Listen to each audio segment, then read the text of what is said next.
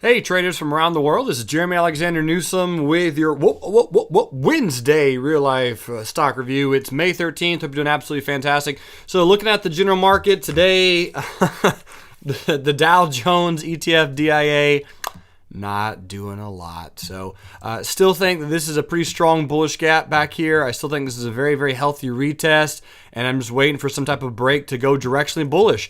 As of right now in the DIA, we got the 168, 167 May bull put spread that expires this Friday.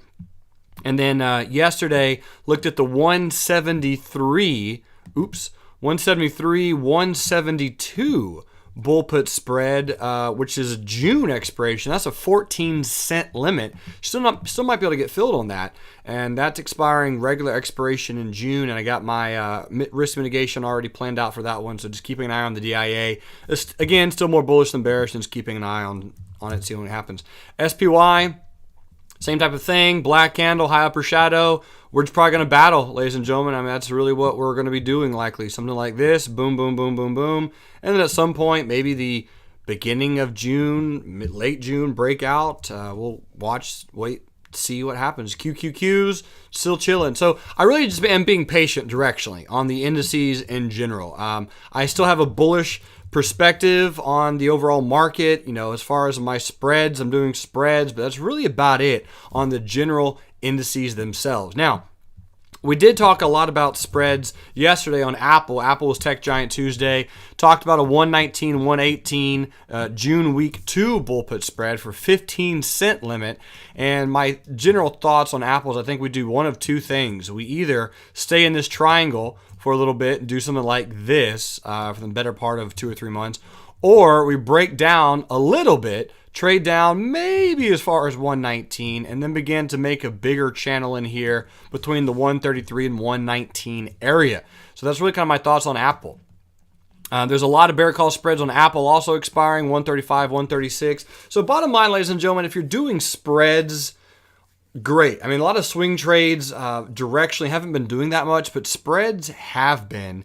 And, there are obviously some that are going to go against you, but if you don't know how to do spreads, you're welcome to hop over at any time to a really cool website. It's called reallifetrading.com.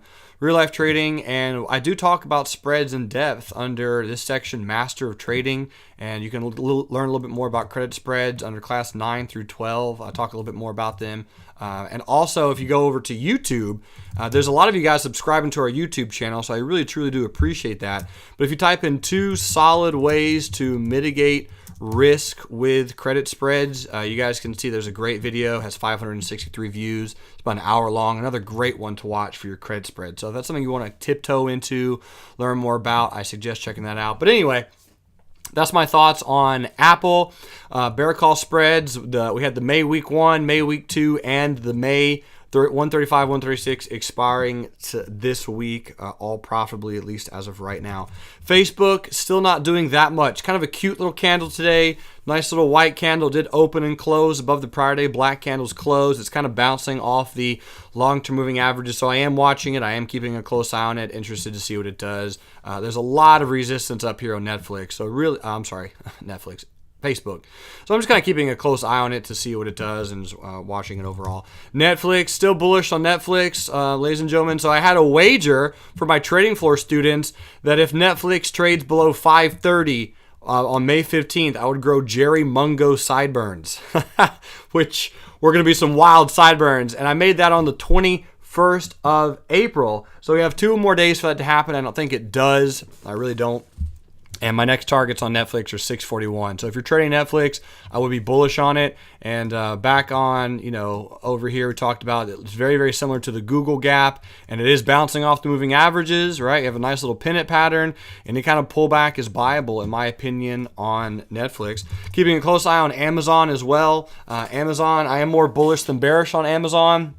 Kind of non-directionally and directionally, but truth be told, if you're in bullish around 432 with calls or with stock, I think that's a healthy location to be bullish at. Here's the exponential moving averages. The 10 is approaching, the 20 is approaching. My stop for a bullish position is at 413.47, and we do have 2 bull put spreads on for Amazon that are pretty far away, both the June and the May 22nd, if you want to kind of keep your eyes on that. So I'm more bullish than bearish on Amazon for sure, because it broke above that 407.03 level, and just really kind of keeping my eye on that. Seadrill, which is a really, really big winner that we've had recently. Seadrill got triggered in bullish yesterday, also at 1462.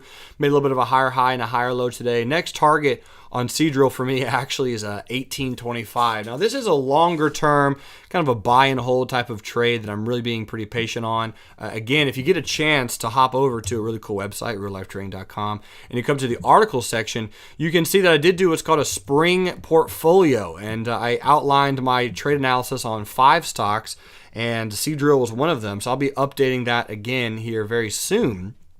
But overall, on Seadrill, some great profits to be had, looking really, really pretty nice and healthy as far as the trade's concerned, and interested to see what it continues to do overall.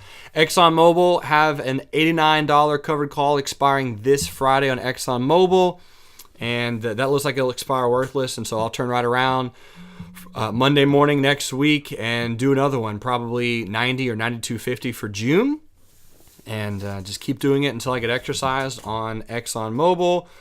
Walmart has earnings approaching. Have a longer-term caller on Walmart. 82.50 covered call, May week 5 with a protective put.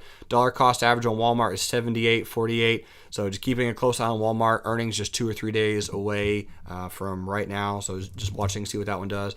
And GoPro. We did get traded in GoPro bullish at 50.01 not too terribly long ago. Protective put and or stop for that trigger is 46.35. So that's still something you could really keep your eye on GoPro. Looks like it's breaking out of resistance and could be making some type of a small little double bottom. So keep my eye on that. If it breaks higher, I would be more bullish than bearish. Students, traders from around the world, thanks so much for watching this real life stock review. I do appreciate it. Feel free to tell your friends, share it on Facebook, Twitter, LinkedIn, Facebook, whatever you do. Subscribe to our YouTube channel, and thanks for supporting real life trading, guys. We're growing by leaps and bounds, and I'm excited about it, and the future is very bright. I'll see you guys on Friday, and until then, remember, love life, live life, and trade it.